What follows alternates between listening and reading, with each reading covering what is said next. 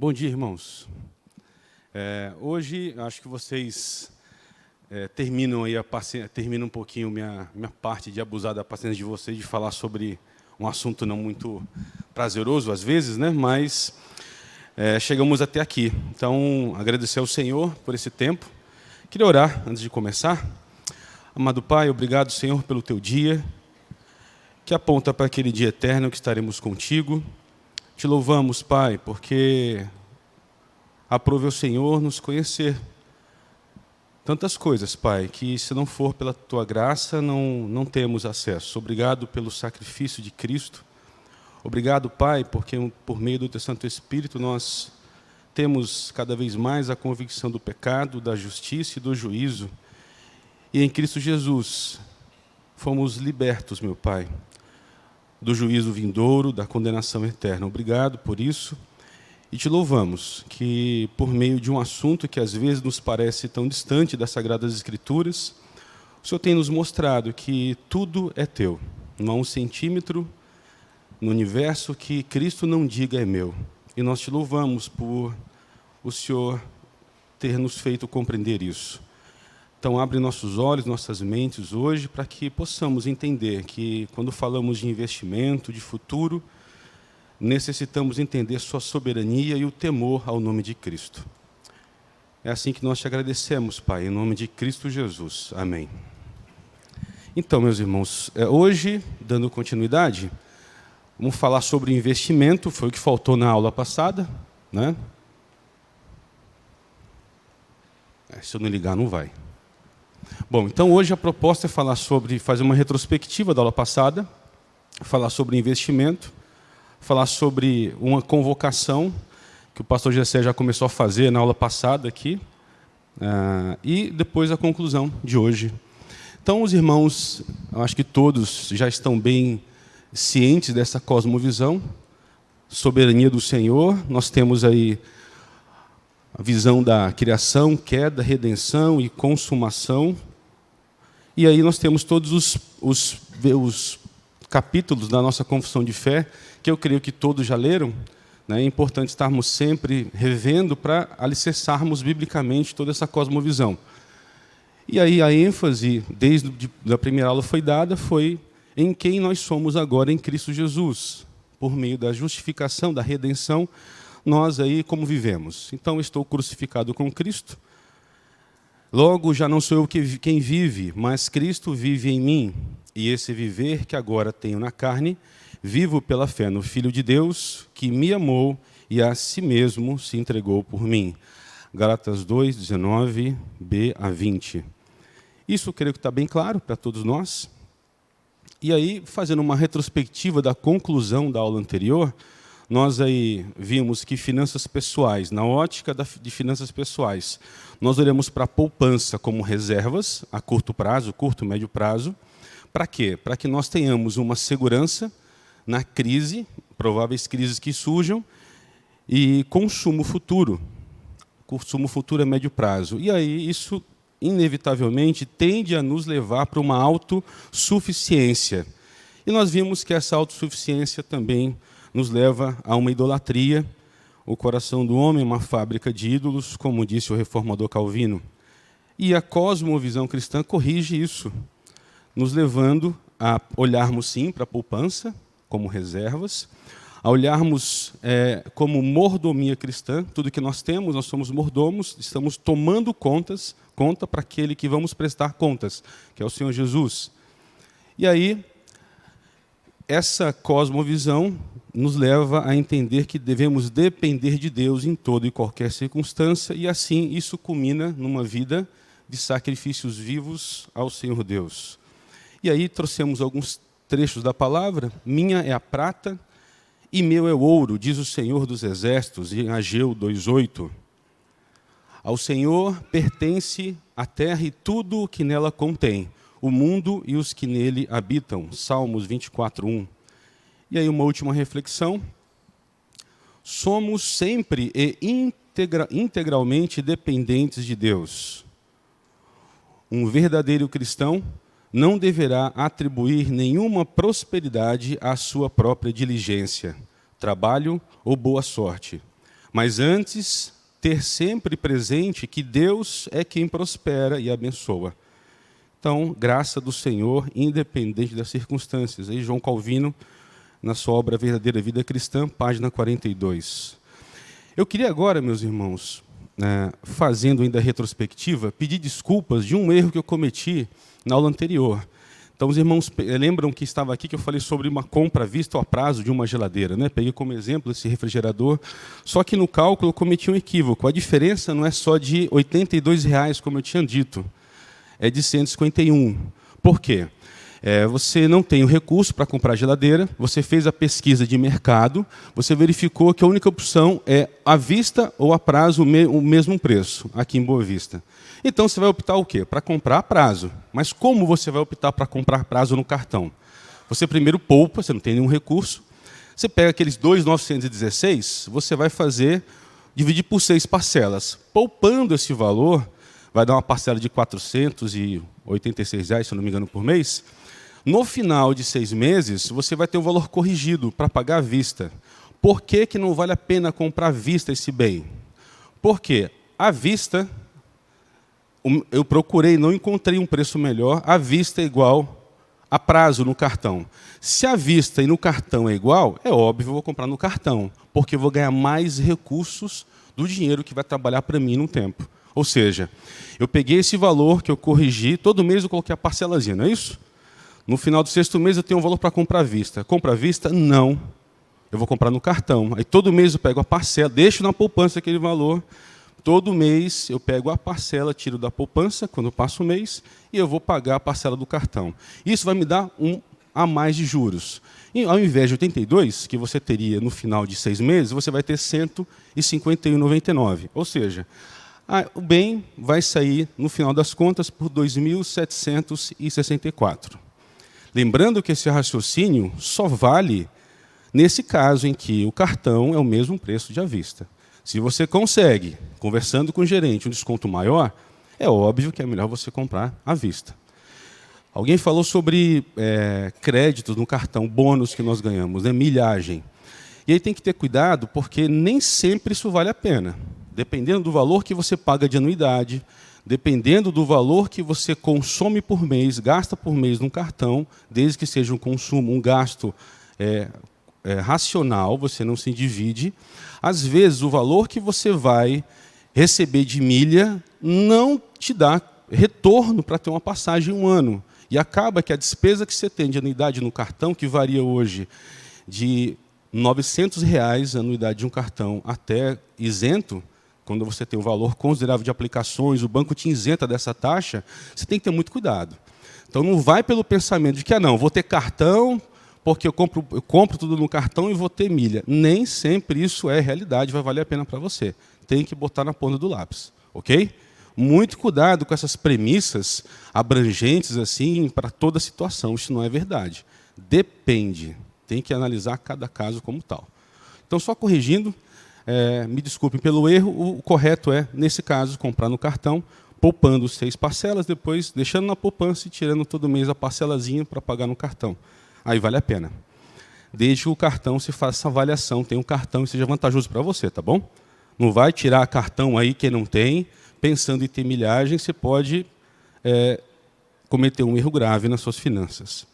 Então, agora indo já para o tema, aula passada nós vimos isso, né? Receita menos despesa. Quando nós temos superávit, nós temos a ótica da poupança, que nós subdividimos em reservas e investimento. Nós vimos reservas na aula passada, ok? Hoje nós vamos ver investimentos. E aí, como já foi dito na aula anterior, a ótica de investimento não tem como falar em investimento sem falar no relacionamento com instituições financeiras. É uma coisa que está muito clara para nós. Então, só relembrando, o objetivo é uma renda futura, investimento. O perfil, alta rentabilidade, geralmente baixa liquidez ou alto e baixo risco, vai depender do perfil. Se a pessoa tem um perfil conservador ou mais que se predispõe a arriscar, que eu não considero que você faça isso, mas vai de cada um, né?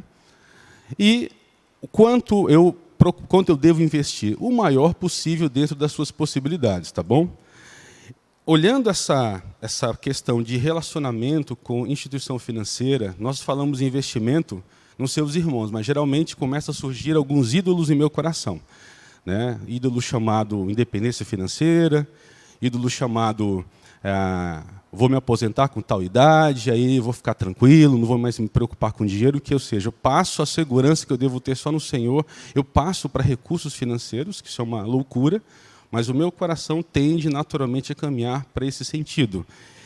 Nesse item, desse perigo de caminhar para uma idolatria, eu trouxe aqui duas reflexões. Uma de um puritano do século XVII, John Robinson, que ele fala o seguinte: toda pobreza, tanto a pobreza como a riqueza, tem suas tentações.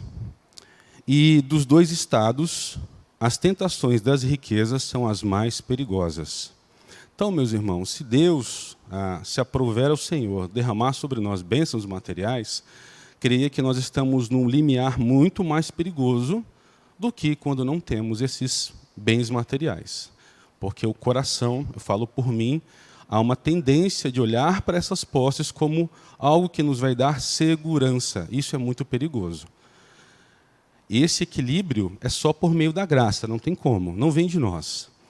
Uma outra reflexão, os irmãos já conhecem, em Eclesiastes: quem ama o dinheiro jamais dele se farta, e quem ama a abundância nunca se farta da renda. Também isto é vaidade. Eclesiastes 5:10. E aí tem um homem aí com seu pulso preso a umas cédulas de dólares aí, né? Então, o que quer dizer isso? Aquela pessoa que já está amando o dinheiro, amando as suas posses, ao invés de amar somente ao Senhor. Então, isso é um perigo que eu creio que, se não todos de nós, mas a grande maioria corre. E eu me incluo no meio desses que correm esse risco. E qual a solução? É entendermos que há uma soberania do Senhor Deus e há também a nossa responsabilidade. Nós temos que olhar para essas posses de uma maneira responsável, mas entender que há uma soberania e somente esse Deus que eu presto culto e só a Ele que eu vou prestar conta de tudo que eu tenho, a mordomia cristã. Então, diante dessa caminhada constante de tendência do nosso coração de sair desse eixo e sempre temendo a Deus, clamando pela graça, voltando para o eixo, que é o temor do Senhor, é que nós devemos analisar o conceito de investimento na área financeira de nossas vidas. Então, estando claro isso, eu vou propor aqui para os irmãos 3 opções que vamos tratar hoje. Que, aliás, que eu trago para os irmãos. Compra de um carro à vista ou a prazo. O que é melhor? Eu investir para comprar um carro no futuro ou comprar ele hoje endividado? Me endividar para ter esse carro hoje ou poupar para amanhã comprar à vista, no futuro? A outra opção de avaliação: comprar uma casa ou morar de aluguel. O que é melhor?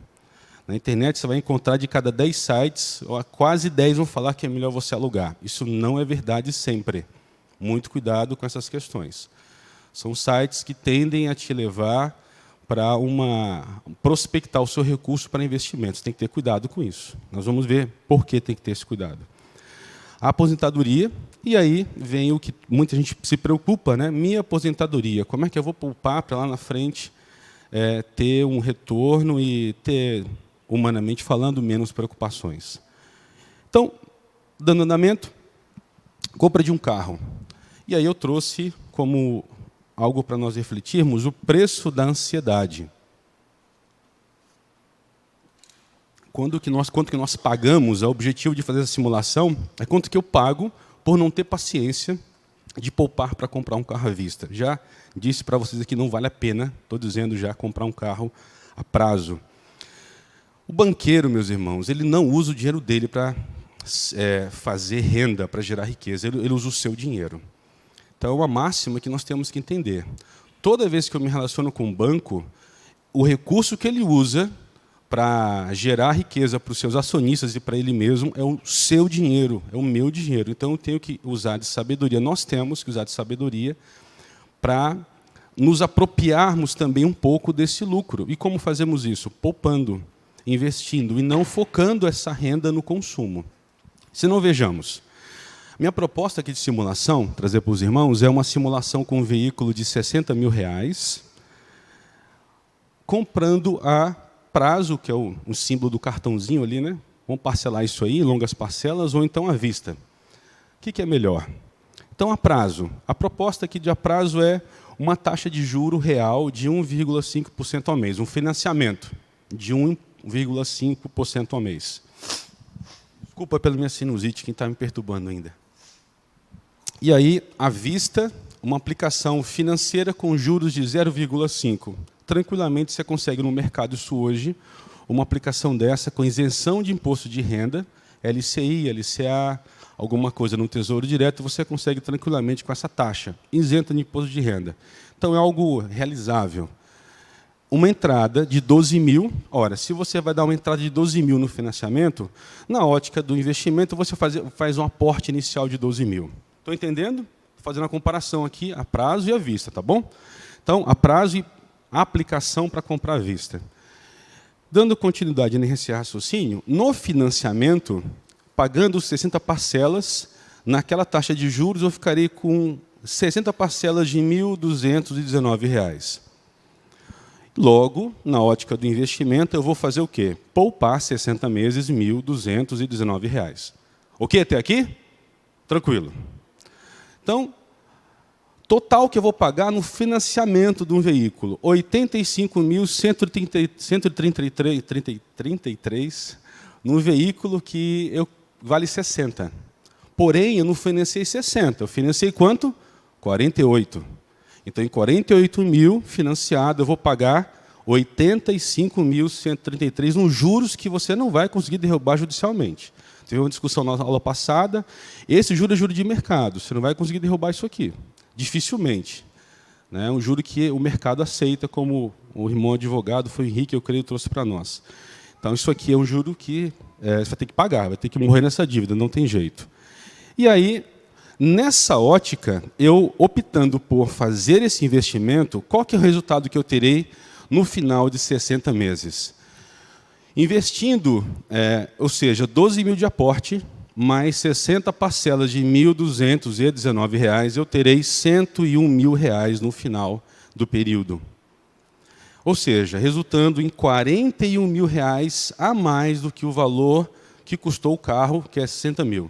O carro vale 60, eu vou ter R$ 41 mil a mais dos 60, optando pelo investimento. Vocês começam a entender a loucura que é você financiar um carro? Ah, Joaquim, mas não tem como eu ter a não ser financiando. A decisão é sua, meu irmão. Estou mostrando a ótica da matemática financeira com respaldo no dinheiro que não é teu, é do Senhor, e que nós devemos optar sempre, olhando para a mordomia cristã, aquilo que é melhor para quem eu vou prestar conta, e não para mim.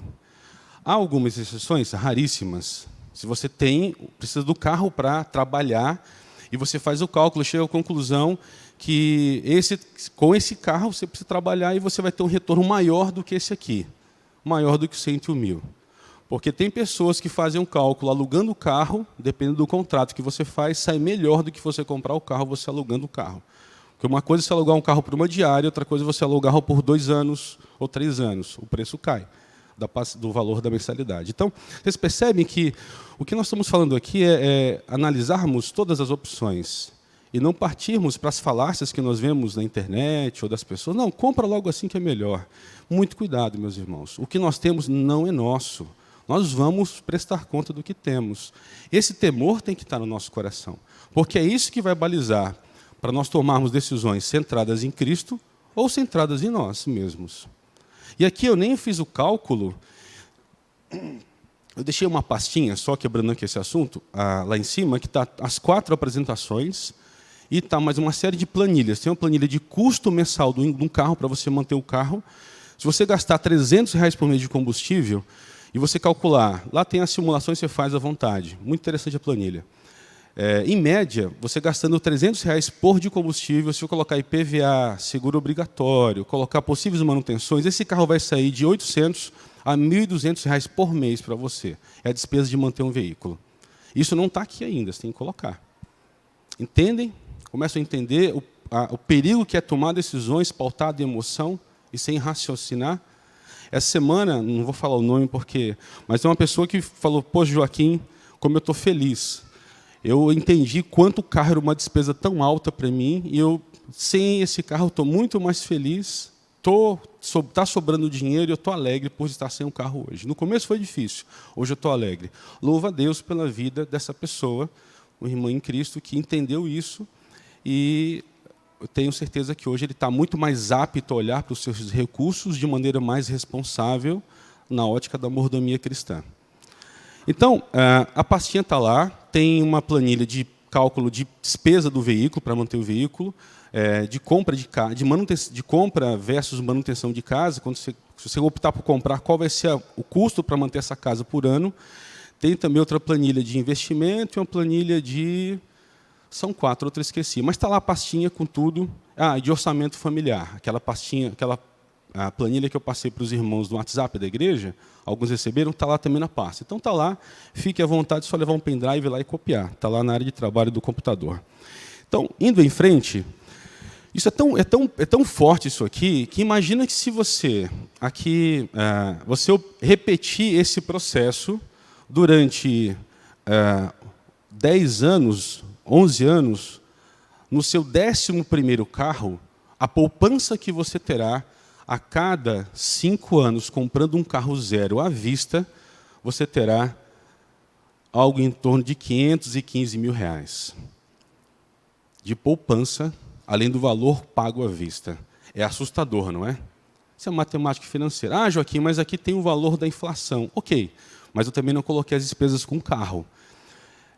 Mas você colocando o valor da inflação, esse valor aqui de 500 mil vai estar em perto dos 200 mil reais, mais ou menos, 198 a 200 mil reais, descontado a inflação. Então, hoje, com o atual poder de compra, você teria 200 mil reais na poupança durante 5 anos, trazendo valor presente, né? Vocês me entendem? 5 anos, a cada 5 anos, comprando um carro à vista. Esse é o poder de quem poupa para gastar no futuro. Logo, qual o preço da ansiedade nesse caso? O preço da ansiedade é R$ 66.780. O que quer dizer isso? Quer dizer que quando eu escolho financiar um veículo, eu estou pagando 25 mil de juros para o banco. O banqueiro está super feliz, os acionistas idem. E eu perco a oportunidade de ter um retorno de 41 mil no investimento. Logo, eu perdi o custo de oportunidade, que nós chamamos em economia de 41 mil, e efetivamente paguei 25 para o banqueiro.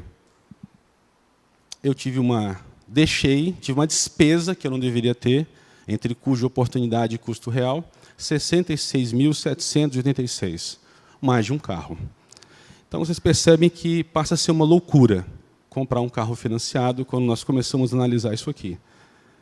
Racionalmente, né? Mas, como diz Calvino, o meu coração, e eu acho que o nosso coração é uma fábrica de ídolos, nós colocamos, e aí veio uma questão que a escola austríaca colocou muito bem, que combateu o socialismo.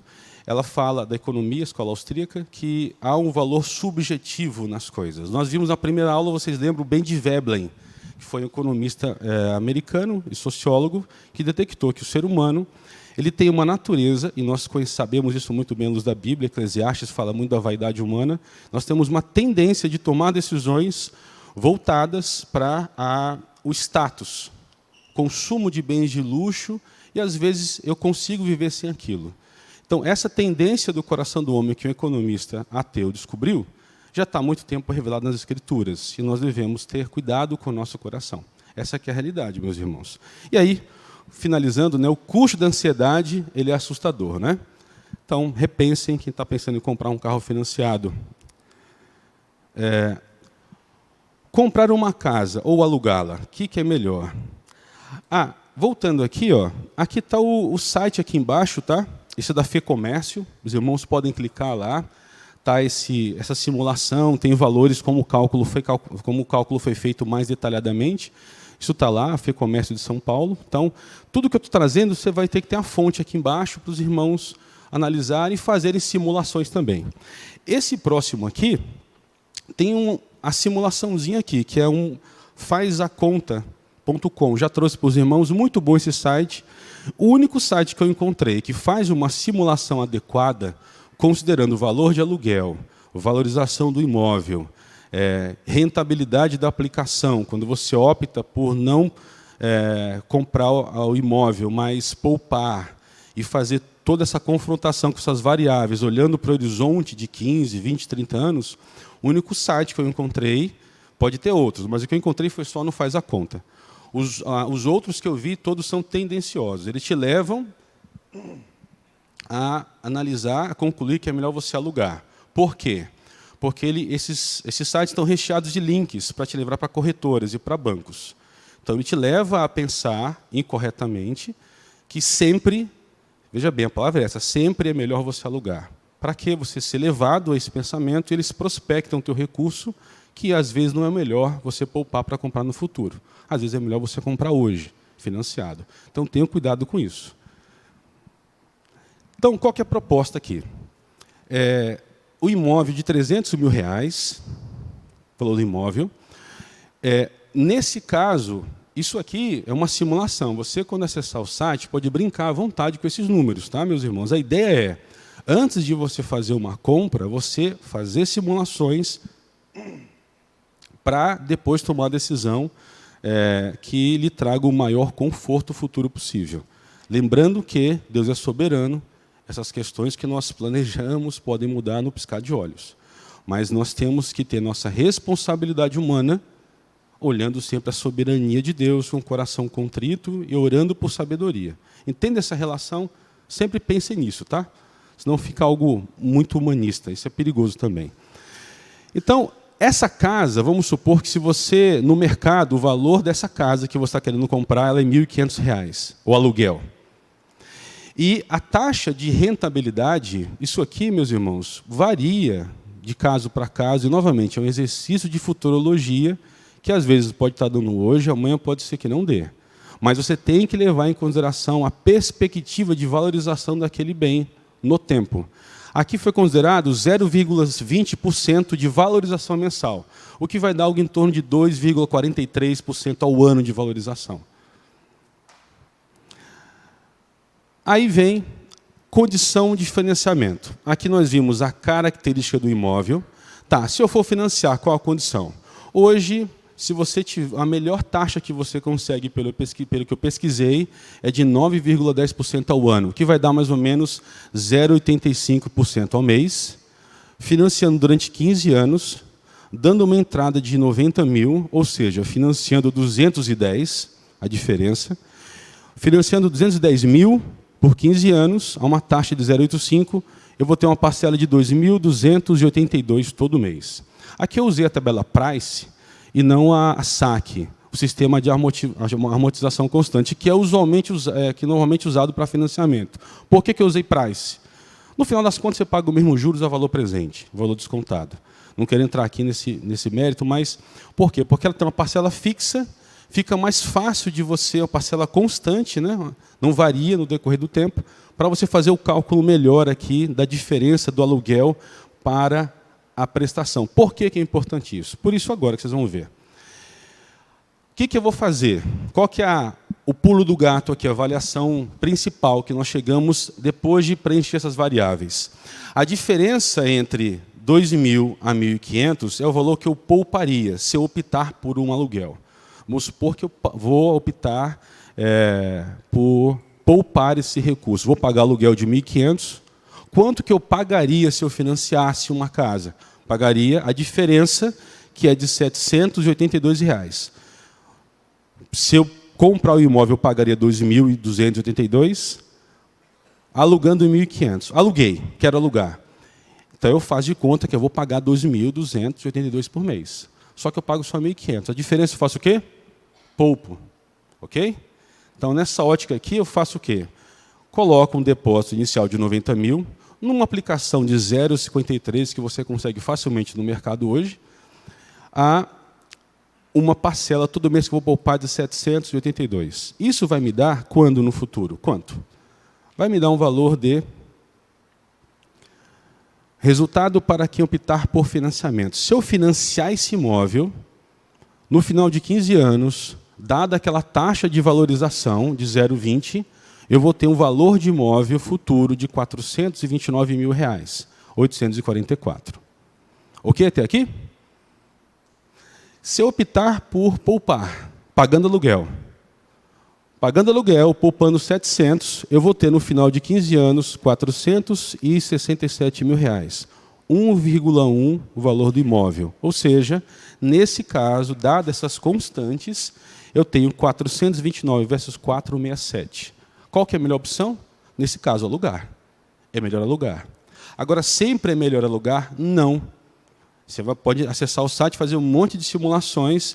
Vamos fazer uma simulação agora, deixando tudo constante, só mudando essa taxa de valorização de 0,20. Então, mudando essa taxa de valorização de 0,20 para 0,50, tudo mais constante, vou passar rapidamente aqui, nada muda aqui, eu vou ter, no caso de um financiamento, dado aquela valorização que aumentou para 0,50 ao mês, eu vou ter R$ 736.000 de valor futuro desse imóvel, versus uma opção de aplicação de 467, que não mudou a taxa. Logo, nesse caso, o que é melhor? Poupar para ter 467, morando de aluguel 15 anos, ou comprar um imóvel hoje, para daqui a 15 anos ele valer R$ 736.000. O que é melhor? Melhor comprar, né? Está claro isso aqui? Está claro isso, pessoal? Quem tiver dúvida, anotem para no final a gente volta para explicar melhor. Então, qual que é a resposta que fica? É melhor alugar uma casa do que comprar? Nem sempre. Então, muito cuidado com esses sites que tem na internet, que você coloca lá. Se você colocar, entre aspas, comprar ou alugar imóvel, eu só encontrei esse que faz essa ponderação. Só. 2, na verdade. O outro, ele usa um cálculo que eu não concordo muito, que é um cálculo lá americano, que não cabe muito para a nossa realidade. Apesar de ser muito bom para o mercado americano, depois do subprime, que houve em 2008, a fraude que houve em alguns títulos hipotecários, e aí eles criaram uma metodologia de avaliar essa relação, valor do imóvel versus se ele está inflacionado ou não, aquele valor, ou aluguel, e você, de acordo com 3 opções, você chega à conclusão se é melhor comprar ou alugar.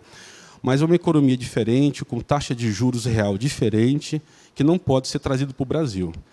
Algumas pessoas divulgam na internet para você usar essa metodologia. Não é interessante. Muito cuidado também. A melhor que eu achei para os irmãos usarem é esse site, que é uma ferramenta e uma calculadora. Vocês brincam lá, podem mudar esses valores aqui para o que vocês quiserem, dado a realidade que vocês encontrarem no mercado. E aí chegarem uma... E sempre lembrando, conversem com pessoas que conhecem mais sobre o assunto, que conhecem sobre o mercado de imóveis. Na multidão de conselheiros, a sabedoria, meus irmãos. Cuidado, né, de tomarem decisões sozinhas sem serem especialistas no assunto, né? Sempre é uma ferramenta que não exclui a necessidade de buscarmos especialistas no assunto. E sem fazer propaganda, nós aqui na igreja nós somos abençoados com o irmão, que é confiável, o irmão Gabriel, que pode também tirar dúvidas sobre isso, quem estiver preocupado. E sabe muito mais do que eu sobre o mercado de imóveis, tá bom? Fechando, casa. Desculpa se eu frustrei alguém, de repente, aí, que tinha uma concepção já formada sobre isso. Não é minha intenção, mas falando sobre aposentadoria, quais as opções, as possibilidades que nós temos quando pensamos em aposentadoria? Eu gosto muito desse site, Minhas Economias,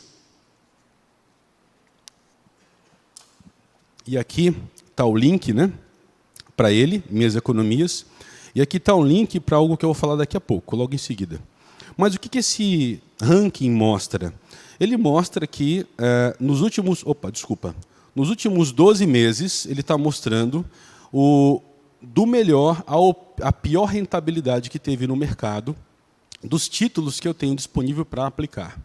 Então, nós temos aqui o melhor, lá em cima, desculpa, talvez não dá para vocês lerem muito bem, lá em cima eu tenho o Euromercado, aí depois vem ouro, dólar, Bovespa, que é o índice médio das ações, né, da Bolsa de Valores, e depois vem Tesouro Direto. O que é mais acessível aqui para nós, e que não tem uma maior tranquilidade no que diz respeito para aqueles que são mais conservadores, é o Tesouro Direto, que está daqui até aqui é Tesouro Direto. Ó, isso aqui tudo. Então, a simulação que eu vou fazer com os irmãos é olhando para o Tesouro Direto, que é muito tranquilo. Você entra, acessa o site, que no próximo slide vai estar o link, você pode clicar e fazer várias simulações. Site maravilhoso também, muito interessante. Inclusive com videoaulas, explicando para você o que é Tesouro Direto, que aí os irmãos têm que também se debruçar um pouquinho para aprender, não tem jeito, né? Mas, olhando para cá, o que eu chamo a atenção? Nesse site aqui, esse link de baixo aqui da fonte, fala sobre o Fundo Garantidor de Crédito. O que é isso? Quando você aplica em alguns tipos de renda fixa, você tem o que se chama, a lei brasileira criou, uma segurança para esse investidor limitada a R$250 mil por CPF / por banco, limitado a R$1 milhão, para que, caso essas empresas quebrem, o governo cobre esse valor, de um fundo que é recolhido de todas as instituições bancárias no Brasil. Por exemplo, eu coloco 250 mil num banco, aplico esse valor, e esse banco quebra. Então, esse valor de 250 mil, se estiver naquilo que o Fundo Garantidor de Crédito diz que são os fundos cobertos, que são LCI, LCA, CDB, RDB, letras hipotecárias, letras de câmbio, letras... eu esqueci, são mais ou menos uns 8 ou 10 títulos, mas no site tem tudo lá anotadinho, você pode ver. Quando você aplica, quebrou o banco, você tem de volta a garantia até 250 mil. Se você tiver em 8 instituições financeiras, 250 mil, você vai ter 1 milhão. Então, se você colocar esse 1 milhão em 8 instituições diferentes e tiver um desastre, todas as 8 quebrarem, o banco, o Brasil, o governo te devolve via o Fundo Garantidor de Crédito esse 1 milhão. Lógico, depois de todo um processo de investigação, que dura aí mais ou menos de 3 meses até 1 ano, pode chegar a isso. Mas você recebe. Nesse link tem lá exemplos de casos que aconteceram, que você pode acompanhar como que é o processo até você receber esse valor de volta. Então, por que eu estou trazendo isso? Porque é importante vocês analisarem quando forem investir, porque para investir no Tesouro Direto, você investe via corretora. E nem todas as corretoras têm um cadastro junto à CETIP, que é esse cadastro junto à CETIP que garante que você tenha esse benefício do Fundo Garantidor de Crédito. Onde é que você vai entender tudo isso? Nesse link aqui. Então, muito cuidado quando for colocar acho que parou. Colocar o seu recurso numa instituição, num banco, analisar essas questões. Aqui você pode analisar, você vai dar uma lida, vai entender tudo que eu falei melhor. Falei rapidamente, não dá para falar muito bem aqui tudo, mas vocês podem perguntar no decorrer. Então, olhando esse ranking, eu vou pegar o exemplo do Tesouro Direto para fazer uma simulação de aposentadoria. E aí, antes de falar sobre isso, só trazendo aqui algumas questões, olhando, nós temos 3 títulos básicos no Tesouro Direto. Um é vinculado ao Selic, Tesouro Selic, e aqui eu queria trazer para os irmãos a premissa da rentabilidade, tem que ficar atento com isso.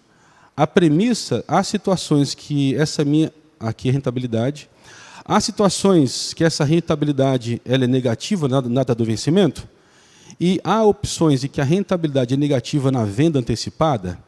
Por que isso é importante? Eu vou explicar para os irmãos. Então, olhando o Tesouro Selic, que é um dos títulos, que é vinculado à taxa que nós vimos semana passada, a Selic, né, nós analisamos que é aquela taxa básica de juros da economia, ficou claro o que eu queria para os irmãos. No caso do Tesouro Selic, é uma taxa pós-fixada. Então, rentabilidade é de acordo com o Copom, vai aprovar a taxa Selic. Eu não sei quanto eu vou ter. Copom, que é o Conselho de Política Monetária, ele vai aprovando a taxa Selic, são 8 reuniões ao longo de 1 ano, e aí eu vou saber no futuro quanto é essa taxa. Então, é pós-fixada. Há possibilidade de ter uma rentabilidade negativa na data do vencimento? Nunca, isso é impossível. Sempre vai dar uma rentabilidade positiva na data do vencimento. Tem pessoas que aplicam no Tesouro Direto, tiram antes da data do vencimento. Há hipóteses que você pode tirar o valor menor do que você aplicou. Você colocou lá 10 mil, poxa, fiz uma simulação, vou tirar 15. Dado o tipo de fundo que você escolher, de contrato, você pode, se tirar antes da hora, você tirar às vezes 8 mil. R$5.000, dado se é um título de 10, 20, 30, 40, sei lá, até 27 anos hoje tem disponível, comprando hoje. Então, muito cuidado com isso. Vai comprar um título de 27 anos, em hipótese alguma, saque antes, vai perder dinheiro. Então, o Tesouro Direto tem essa particularidade, tá, meus irmãos? Muito cuidado. E aí, rentabilidade negativa em venda antecipada nunca ocorre negativa, rentabilidade. Mas você deixa de receber aquele valor que você gostaria. Aí vamos rapidamente agora, no caso do tesouro pré-fixado ou tesouro pré-fixado com juros semestrais. Esse aqui é um que você só recebe os seus juros no final do contrato. E essa modalidade pré-fixada com juros semestrais, você recebe a cada 6 meses o valor dos juros. Tem essas duas possibilidades. No site você faz todas as simulações, é muito legal o site. E aí, rentabilidade pré-fixada, você sabe quanto vai ser seu ganho no final.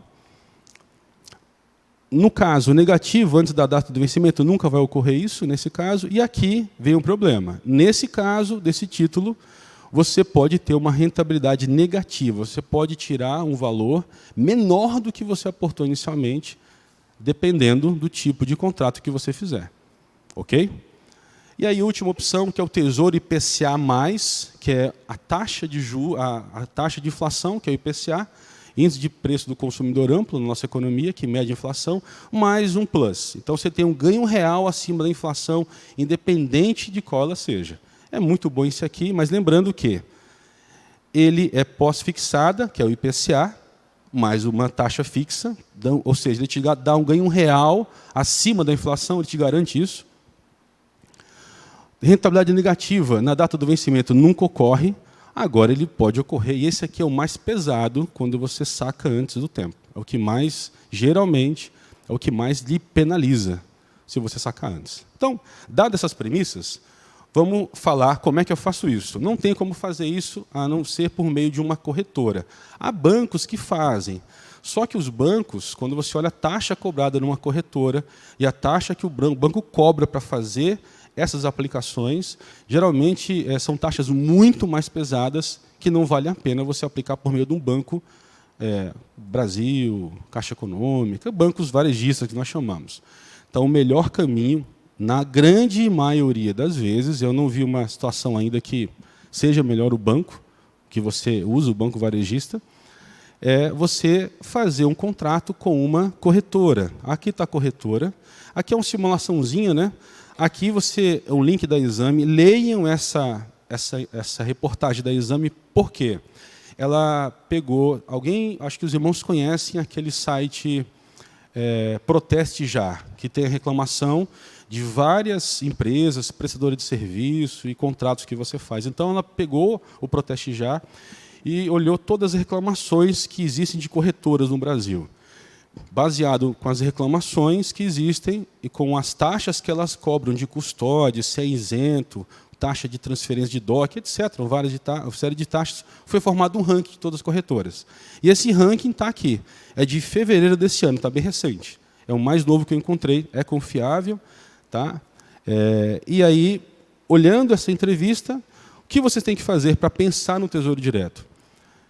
Você é um investidor, você tem que ter uma educação financeira, não tem como. No próprio site do Tesouro Direto, você tem acesso a alguns vídeos, videoaulas, links para alguns artigos que são imprescindíveis nesse processo de aprendizagem. E algumas corretoras, elas também dão, quando você faz esse vínculo com elas, isso é facinho de fazer, você faz um cadastro na internet. Eu aconselho de antes que você feche um contrato com a corretora, você faça simulações e pergunte quanto você vai pagar por essas simulações, que você tem condições de comparar realmente quando vai ser o seu custo. Não fecha o contrato com ela para depois fazer a simulação. Faz antes, você faz um pré-cadastro, uma pessoa vai te passar e-mail ou ligar para você, e você fala, olha, eu quero fazer tal e tal e tal coisa. Quanto vai custar para mim isso mensalmente e ao ano?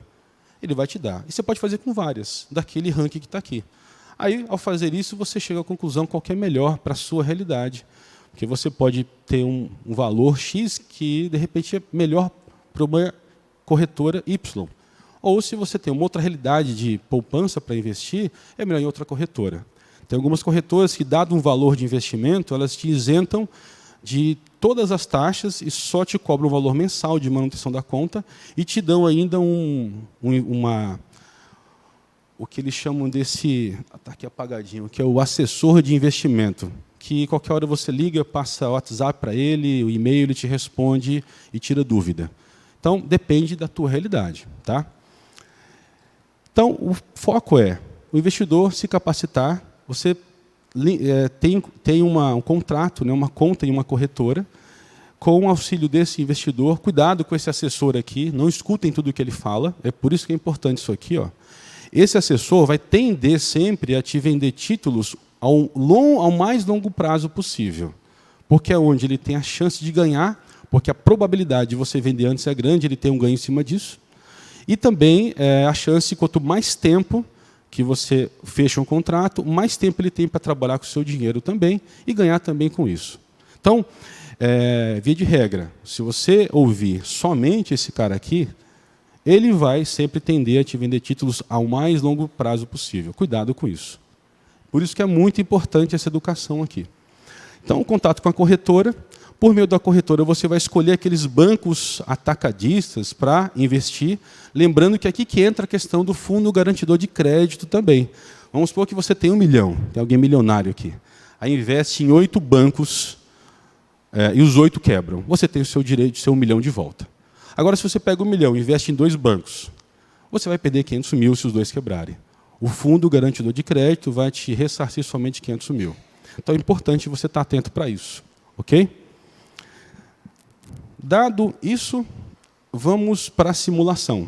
E aqui na simulação, eu procurei pegar 2 situações. A situação de alguém que começa a poupar hoje com 20 anos e a situação de alguém que hoje começa a poupar hoje com 30 anos de idade. E ambos querem poupar até os 47 anos. Ou seja, o de 20 anos vai poupar 27 anos. Ok? O de 30 vai poupar 17 anos. Está entendido essa premissa? É o que nós vamos usar. 2 simulações. Então, a pessoa que começa a poupar com 20 anos e quer o dinheiro disponível aos 47, 27 anos ele vai estar poupando. Ele vai, exemplo, ele pega 10 mil de aporte inicial no Tesouro Direto, põe 10 mil no Tesouro Direto. Aí ele faz um compromisso de poupar todo mês R$1.000. Todo mês vai fazer um aporte de R$1.000. O valor nominal investido, no final, ou seja, sem juros, valor fixo, sem considerar o dinheiro no tempo, vai ser um total de R$331 mil. O valor bruto, em 15/5 de 2045, ou seja, 27 anos no futuro, o valor bruto vai ser de 1.532.000. Olha o ídolo no coração, começa a surgir, né? O pessoal começa a pensar que está milionário, começa a surgir os ídolos no coração. Olha o perigo, meus irmãos. Lembrando sempre da soberania de Deus, porque a gente olha esse número, tende a mudar algo no nossa mente, coração, né? Perigo. Mas, enfim, e esse valor descontado, o imposto de renda e as taxas, que você paga taxas também, né, do Tesouro Direto, dá 1.229.000, no final, líquido. Tudo isso é da simulação do site, tá? Está lá para você, eu copiei tudo de lá. O site dá essa simulaçãozinha, esse gráfico para você. E aqui ele mostra, aqui é o Tesouro Direto, né? Esse tesouro aqui, IPCA mais 2045, que é um que ele te dá a inflação mais uma taxa, ou seja, um ganho real acima da inflação. É o IPCA mais 2045. Mais porque ele tem um plus acima da inflação, 2045, que é o ano que você vai estar disponível para saque, para receber isso aqui. Esse não tem rentabilidade, você não recebe juros semestralmente, só no final. Mas você pode fazer a simulação de receber juros semestralmente, que você vai receber um valor futuro menor, é óbvio, né? Vai todo mês estar recebendo, todo semestre.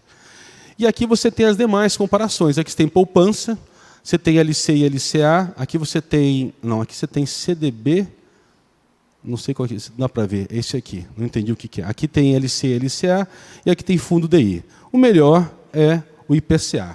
Cuidado com uma coisa, que eu lembrei agora. Quando você falar com o gerente do teu banco, ele tem a mania, e aquele site lá, aquele ranking que eu mostrei, desculpa, eu esqueci, tenho que voltar para falar isso que é importante. Aquele ranking das minhas economias, ele te mostra a taxa já considerando o pagamento de imposto de renda. Por que isso é importante?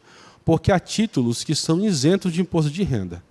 Então, o teu gerente, eu já ouvi isso várias vezes da minha gerente, ela não me fala mais, porque eu falei, não vai, desculpa, mas você está mentindo para mim, não faz mais isso. Ela parou. O que ela fazia? Ela fazia o seguinte, olha, Joaquim, você está com uma aplicação em tal local que está muito boa. Tem uma aplicação que está dando 101% do CDI. Eu falei, não, mas essa aplicação que eu estou, que está dando 84% do CDI, ela dá maior. Não dá, porque ela é isenta de imposto de renda. Você não pode fazer isso, não faz isso, você está mentindo, está me levando ao erro.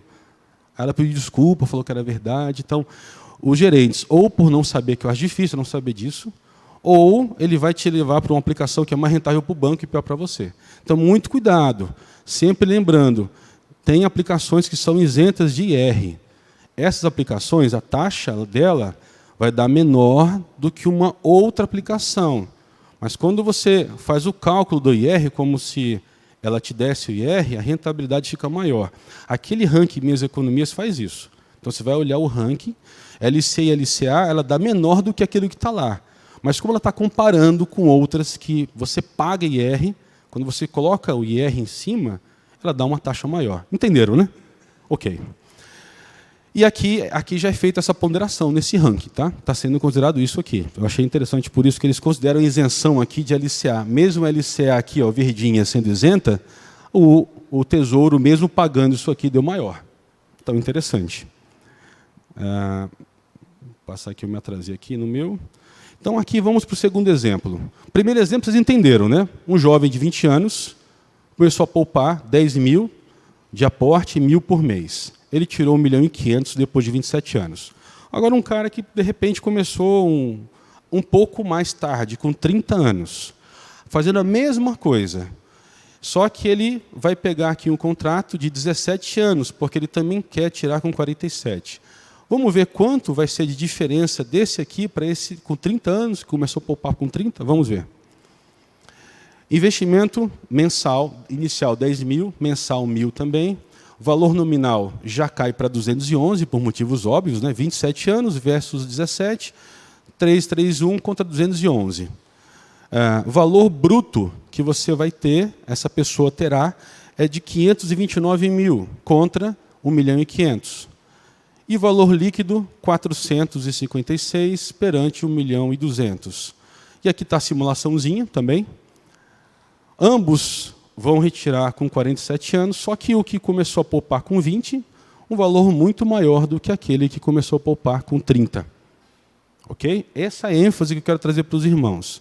Aqui tem outro exemplo que eu vou apenas fazer a mudança de valor mensal. Alguém pode falar, pô, Joaquim, mas eu não tenho como pagar 1.000 por mês. Se fosse um valor menor. Vou trazer mais duas simulações, passar rapidamente, de 500 reais por mês e de 250 reais por mês, com aporte inicial de 10 mil. Quanto ficaria, para vocês entenderem? Então, pegando o exemplo de 500 reais por mês, tudo mais constante, tá? Sem variar mais nada, a pessoa de 20 anos ela vai ter 660 mil e a pessoa de 30, 247. E pegando o último caso de 250 reais por mês de poupança, a pessoa de 20 anos, 375 mil, e uma fração, e a pessoa de 30 anos, começou a poupar com 30, 143. Então, que conclusão que nós chegamos? Quando nós colocamos essa meta estabelecida para o futuro, quanto mais cedo eu traço uma meta para o futuro, mais tranquilo, humanamente falando, meus irmãos, tá? Lembrando sempre da soberania do Senhor Deus. Nós temos um esforço menor para alcançar aquele objetivo. Você percebe que aquele homem de 30 anos de idade, se ele quiser ter 1.500.000, traçar essa meta, ele vai ter que ter um valor de aporte mensal bem maior do que o do jovem de 20. Então, essa é a ideia. Quanto mais cedo você poupa, mais cedo você colhe fruto disso. Quanto mais cedo você escolhe não pagar o preço da ansiedade, mais cedo você colhe o fruto dessa ausência de ansiedade. Aí temos aqui, né, alguém que começa a se preocupar com isso aos 55 anos, vai ter um esforço muito maior, e aí é algo realmente, às vezes, até impossível de se conseguir. Lógico, falando na ótica humana, nosso Deus é soberano, é Ele que, no final de tudo, determina todas essas coisas. Mas nós temos uma responsabilidade que não devemos viver sem olhar para ela. E aqui, já finalizando a parte de investimento, de aposentadoria, eu queria trazer isso que eu acabei de falar, essa concepção. Porque, meus irmãos, reforçando, desculpa a minha redundância, a coisa mais natural que existe, pelo menos na minha vida, é o surgimento de uma independência de Deus, quando a gente começa a brincar com esses números. Isso é uma brincadeira, que pode ser que não aconteça. Eu não sei se tem algum irmão venezuelano aqui, mas você acha que não tinha, 30 anos atrás, algum venezuelano que pensou em fazer isso, ou fez isso, e depois ele viu tudo isso ruir e acabar da noite para o dia? E nós temos que parar para pensar que isso pode acontecer com o nosso país. Eu posso fazer todos os planos e o Senhor, Deus, na sua soberania, muda tudo. E pode ser que eu pense e daqui a 30 anos tenha uma aposentadoria gorda e não tenha nada. E eu vou viver literalmente na dependência de Deus, sendo socorrido por outros irmãos. É importante olhar nessa ótica porque, desculpa a redundância, nosso coração é uma fábrica de ídolos. A piedade ela tende a diminuir quando nós começamos a pensar muito nessas questões financeiras e simulações e começamos a ver cifras milionárias, como isso é natural. Pelo menos em minha vida, eu falo por mim, nos seus irmãos. E aí, eu queria trazer, antes de concluir, esse pensamento aqui. Nós temos uma responsabilidade, que nós vimos desde a primeira aula, mordomia cristã, somos despenseiros de Cristo, nós devemos praticar essa responsabilidade com todo o pano de fundo da cosmovisão bíblica que nós temos aprendido pela graça de Deus. Essa responsabilidade, ela nos leva a ter um planejamento, porque eu entendo que eu sou mordomo. Eu tenho que planejar, lembrando que nem tudo pode acontecer como eu planejei, mas eu tenho esse mandato de Deus de planejar, para que eu tenha o quê? Uma disciplina em executar aquilo que eu planejei. Com qual objetivo? Qual é o foco final? Alcançar aqueles objetivos que nós traçamos em nossas vidas. Aí vem o divisor de águas, que é a soberania do Senhor Deus. Nós não podemos esquecer que Deus ele é soberano sobre todas as coisas. Eu posso me planejar e tudo pode ruir. Como pode não ruir?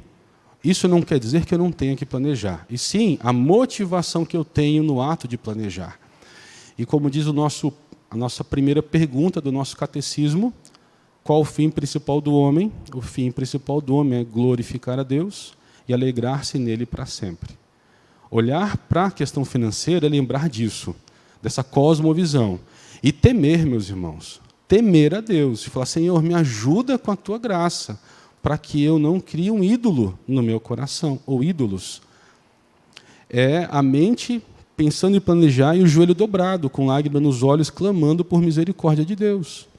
Essa deve ser a conduta do crente quando nós falamos em finanças.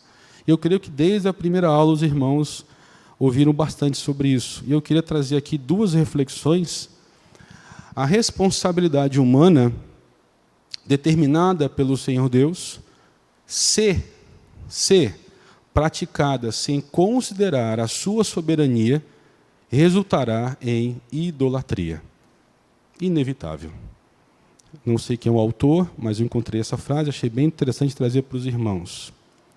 Corroborando com isso, eu trago outra reflexão que diz o seguinte: somos sempre e integralmente dependentes de Deus.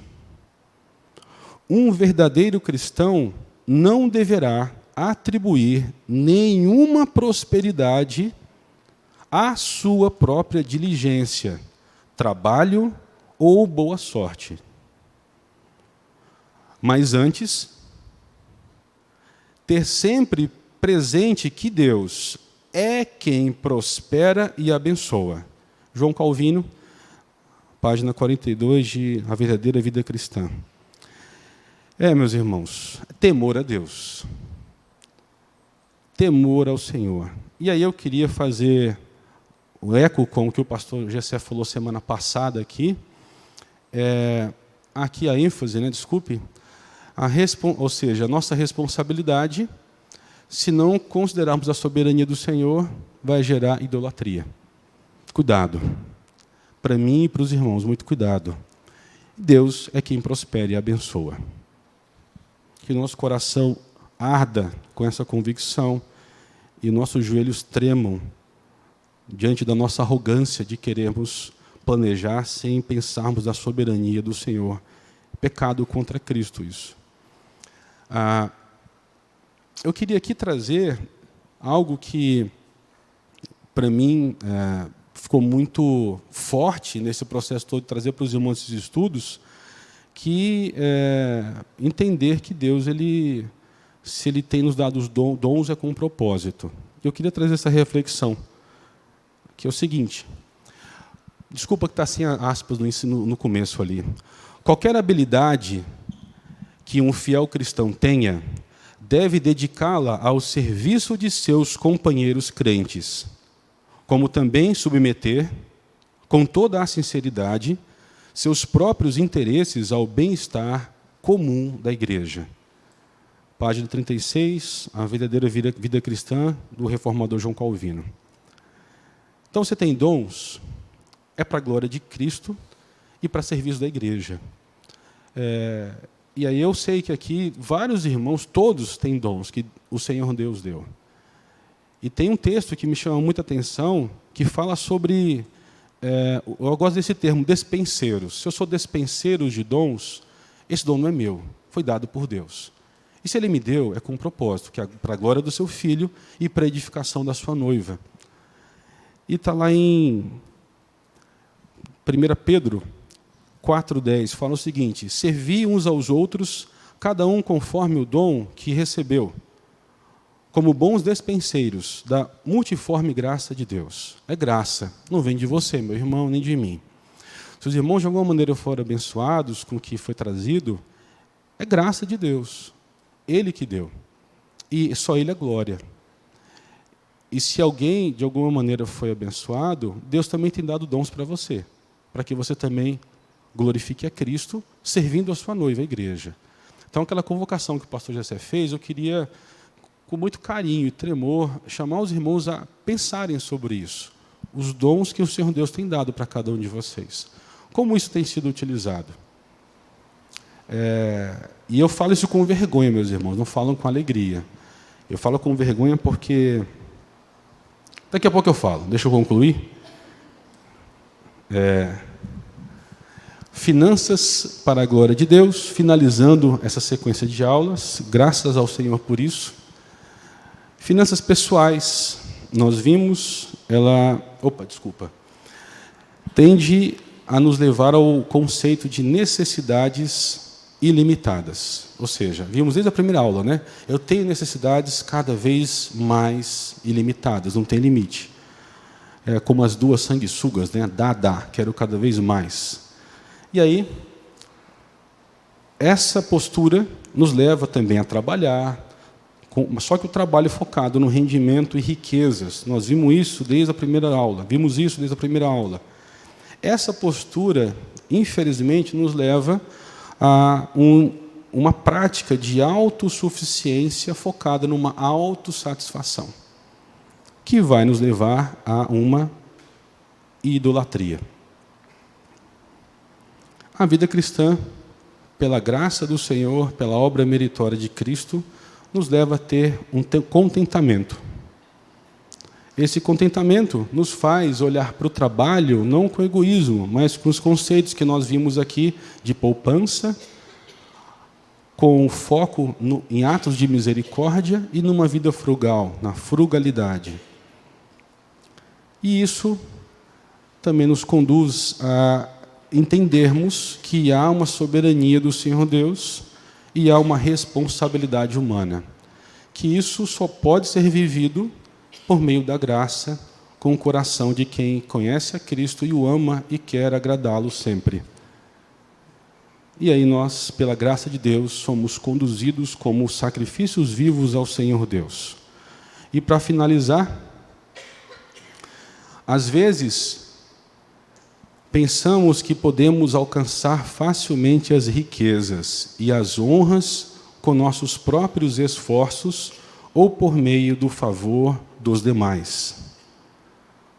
Porém, tenhamos sempre presente que estas coisas não são nada em si mesmas e que não poderemos abrir caminho por nossos próprios meios, a menos que o Senhor queira nos prosperar. Está claro isso, nós já vimos, né, meus irmãos? É soberania. Posso fazer tudo que nós vimos desde a primeira aula perfeitamente, mas se o Senhor não desejar nos prosperar, não vamos prosperar. Se o propósito dele é que nós vivamos contentes, tendo pouco, não há plano que façamos que vai obter êxito. E isso é glorificar a Deus. É importante nós olharmos para isso com a cosmovisão bíblica, o temor do Senhor, e não com os nossos olhos pecaminosos, os meus pelo menos. Não, e aqui para concluir, para deixar uma... Eu queria, antes de concluir, efetivamente falar o que eu ia falar anteriormente, sobre como eu pequei contra Cristo, não tendo uma visão correta da vida no que diz respeito a tudo que fazemos é para a glória de Cristo. Durante muito tempo eu vivi uma vida dicotomizada. Havia onde Deus atuava em minha vida, na minha pecaminosidade, e ali algumas coisas que eu chamava de coisas mundanas, coisas que Deus, não, isso aqui não é para a glória de Deus. Aí entrava trabalho, entrava às vezes outras áreas em minha vida, ligadas à santidade, ligado a outras áreas como, de repente, relacionamento com os meus filhos e minha esposa. Isso foi gerando uma idolatria na minha vida, meus irmãos, que, pela graça de Deus, eu não perdi tudo o que eu tinha de mais precioso, que é o meu lar, a minha casa.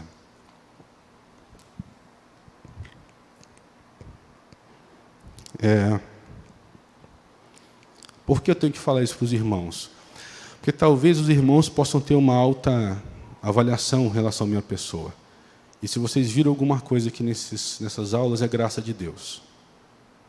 Eu tenho que falar isso para que os irmãos saibam que eu ofendi muito a Cristo em minha vida.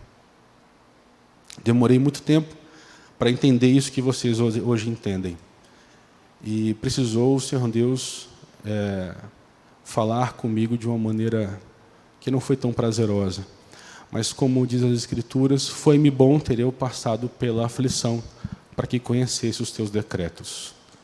Salmo 119, 71 ou 72, não me lembro bem.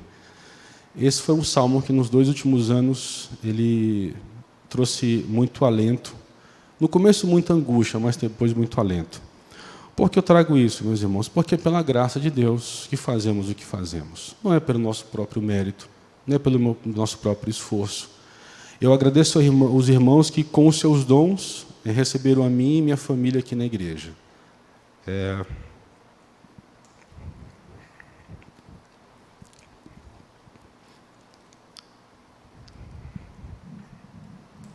Para que eu vou falar disso, né? Deus sabe como eu cheguei aqui. A minha esposa também sabe como eu cheguei aqui. Sem esperança, e fazendo aqui um adendo, o pastor Alfredo sempre repreende, meu irmão, poderia ter sido em qualquer igreja. Sim, poderia. É óbvio, Deus é soberano. Mas aprove ao Senhor que fosse aqui. Que Ele pegasse os cacos da minha vida, devido às minhas próprias escolhas erradas, a minha arrogância, a minha soberba, a minha altivez, Ele quebrou. Como deve ser feito. E graças a Deus, Ele restaurou para a glória dEle. E se hoje vocês têm sido abençoados, meus irmãos, é apesar de quem eu sou, não é por quem eu sou. E tem outras pessoas, eu não tenho dúvida que estão sentadas aqui, que o Senhor Deus tem incomodado para servir a igreja. O que você está esperando? É óbvio que o serviço da igreja começa no lar. E vai uma palavra para os homens que eu demorei 13 anos para entender. Isso quase custou a minha casa, o meu casamento e minha relação com meus filhos. O nosso maior dever, homens, é apresentar a Cristo para nossas esposas e nossos filhos. Se tem alguém que tem que pastorear nosso lar, somos nós, homens. Não é o pastor Alfredo e o pastor Gessé. Eles são coparticipantes nisso. Então, se você, meu irmão, tem sido negligente, olhe para esse seu irmão pecador, que pela misericórdia e graça de Deus não perdeu a sua casa. Abra seus olhos. Pastoreie o seu lar. Institua o culto na sua casa. Ame a Deus. Viva a realidade do Evangelho na sua casa, na sua plenitude maior, pela graça de Deus. Homem, a sua força está no joelho, em olhos que derramam lágrimas de clamor pela graça de Deus. É aí que está a sua força. A tua força não está na conta bancária, a tua força não está na sua força física, inteira ou não uma arma dentro de casa. A tua força está em buscar a piedade no Senhor Jesus Cristo. Que Deus nos ajude, e eu queria concluir com uma palavra de conforto, de refrigério aos irmãos, que de repente podem estar passando por isso que eu passava algum tempo atrás. Não temais, ó pequenino rebanho, porque o vosso Pai se agradou em dar-vos o seu reino. Vendei os vossos bens e dai esmola. Fazei para vós outros bolsas que não desgastem, tesouro inextinguível nos céus, onde não chega o ladrão, nem a traça consome, porque onde está o vosso tesouro, aí estará também o vosso coração. Concluindo, riquezas e honras, estas coisas não são nada em si mesmas. Não poderemos abrir caminho por nossos próprios meios, a menos que o Senhor queira nos prosperar. E esse é o que deve ecoar em nossos corações, como peregrinos, forasteiros, como pessoas que estão com as malas prontas, desejosos de ir para casa. Não temais, ó pequenino rebanho, porque vosso Pai se agradou em dar-vos o seu reino. Onde está o vosso tesouro, aí estará também o vosso coração. Se somos forasteiros, por que amamos tanto esse mundo? Somos peregrinos, por que não ansiamos chegar na nossa origem final? É algo que eu fui confrontado durante esses estudos, e como Deus mostrou para mim os ídolos do meu coração. Mas é maravilhoso olhar para Cristo e na nossa cosmovisão lembrarmos que Ele cumpriu tudo. É apesar de que nós somos. No madeiro, o nosso Senhor Jesus disse: está consumado. Não há dívida mais. E isso é maravilhoso e reconfortante, eu creio que para todos nós. Para mim o é. Que essa graça, meus irmãos, nos conduza em tudo em nossa vida, sabendo que é pela graça de Deus, apesar de quem nós somos, não por quem somos, mas por quem Cristo é e por que Ele fez e o que Ele fez. Era isso. Eu fico... Só ora agora, pastor, depois? Ora agora, depois? Tem perguntas? Algumas dúvidas? Se alguém tiver dúvida, não sei se tem. Bem avançado o horário. Não tem nenhuma pergunta? Então, amém. Pediu para o pastor Gessé encerrar orando. Tem ali atrás. Ok, por favor.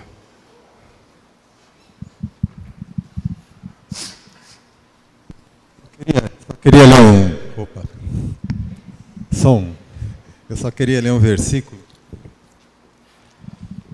Agradecer muito pelas aulas, e eu gosto muito desse versículo.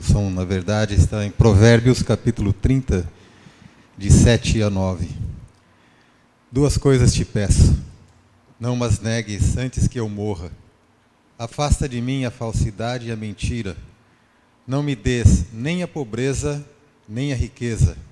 Dá-me o pão que me for necessário, para que suceder que, estando eu farto, te negue e diga, quem é o Senhor? Ou que, empobrecido, venha a furtar e profane o nome de Deus. Amém. Amém. Obrigado, meu irmão.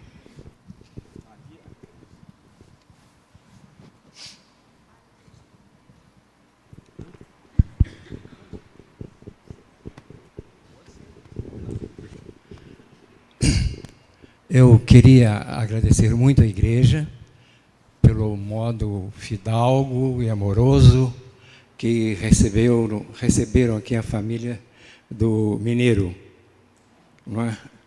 E também é o apelido gostoso que vocês deram para ele, pois assim ele não esquece da terra, não é? Quero agradecer à igreja por isso. E também quero dizer que realmente tudo é feito pela graça e pela vontade de Deus. Quando chamá-lo de mineiro, né? Quando o Juninho, meu filho mineiro, veio para cá, ele não sabia. Ele simplesmente recebeu uma ordem, vá! E ele veio, né? Aí eu me lembrei de Abraão, vá! E Abraão veio, né? E ele recebeu uma ordem um pouco para isso. E está aqui já há quase 2 anos, e ele tem honrado a igreja, tem participado daqui da igreja, e eu quero agradecer muito, e muito por isso, por vocês terem recebido dessa maneira, né? Hoje é o último domingo que eu passo com vocês. Também há uma coisa interessante, é que eu só para vir aqui há algum tempo, né? E não vim. E vim nessa hora em que você está fazendo essas palestras. Para mim foi muito bom, né? Eu sou muito jovem ainda, e ainda posso fazer muita coisa nesse sentido, para a honra e glória do Senhor. Muito obrigado a vocês, e que Deus abençoe essa igreja, que vocês sejam uma bênção para a cidade, uma bênção para o estado de Roraima. Hoje eu aprendi que não é Roraima, é Roraima, não é? Vocês sejam uma bênção para Roraima, e que vocês me abençoaram muito. Eu espero ter sido uma bênção para alguém de vocês. Ok, muito obrigado. Amém, obrigado também, meu irmão.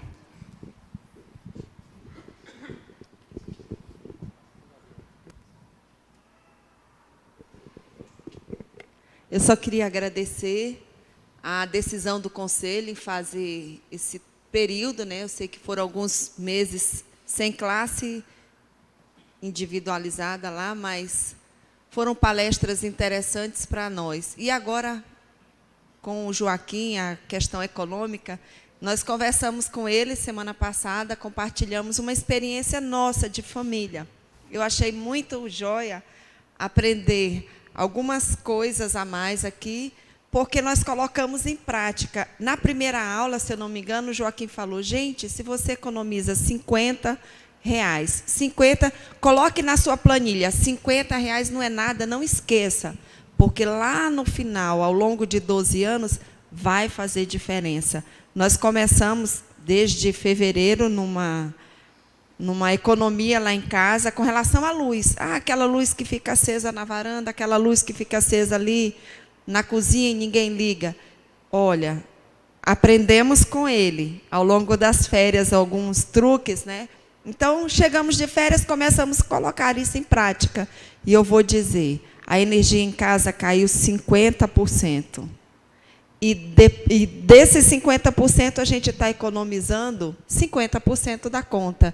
E fazendo o cálculo com os meninos, eu mostrei para eles, no final do ano, nós temos esse valor para as férias. Então, o Joaquim disse, leve em consideração na planilha valores pequenos, eles fazem diferença.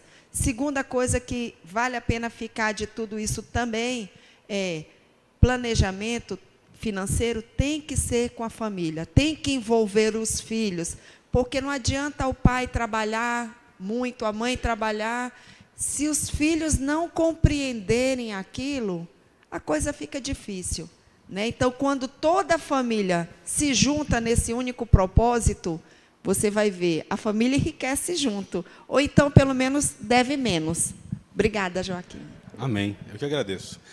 Só essa questão de luz, meus irmãos, é importante porque a tarifa nossa aqui residencial é uma das quatro mais baratas do Brasil.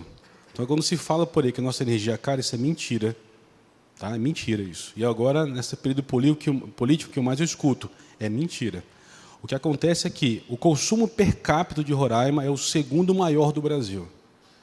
Por ser o segundo maior consumo residencial do Brasil, já foi o primeiro. Hoje perde pouquinho para, acho, Piauí, mas já foi o maior. Ele dá essa percepção de ter uma alta tarifa, que não é verdade. Agora, tem muito consumo. Quando você coloca questões práticas na sua casa, principalmente aqui, ar-condicionado e chuveiro, você vai ver, você vai se assustar como a sua conta cai. E cai muito, não é pouco, não. Se você experimentar, você tem duas centrais em casa, desligá-las, consumir 2 horas a menos por dia, sua conta vai reduzir de 25% a 35%. É assustador, mas é isso mesmo. Caiu 50%, com algumas questões assim. Então, cuidado. Um dos maiores vilões do nosso orçamento aqui é o consumo de energia, pelo consumo per capita ser muito alto, não pelo preço da tarifa, tá bom? Gabriel? Oi, o som é animado.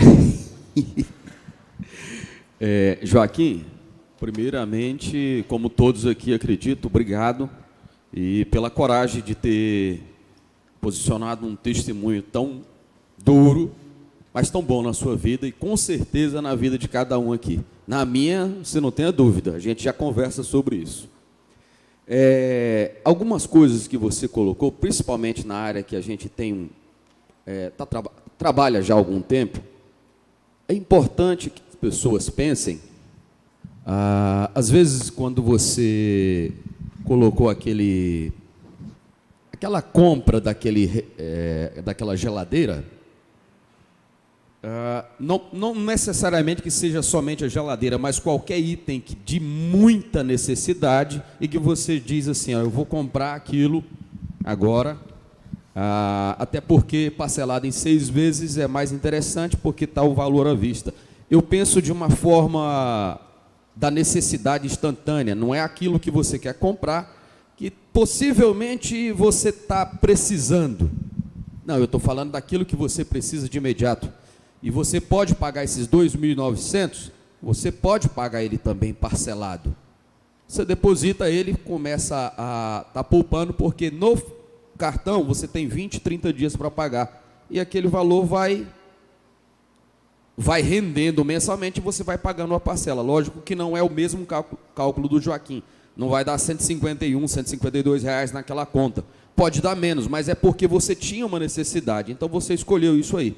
Tem também as questões de momento de mercado. Tem momento que você vende mais, o produto ele se torna mais caro. E tem um momento que você vende menos.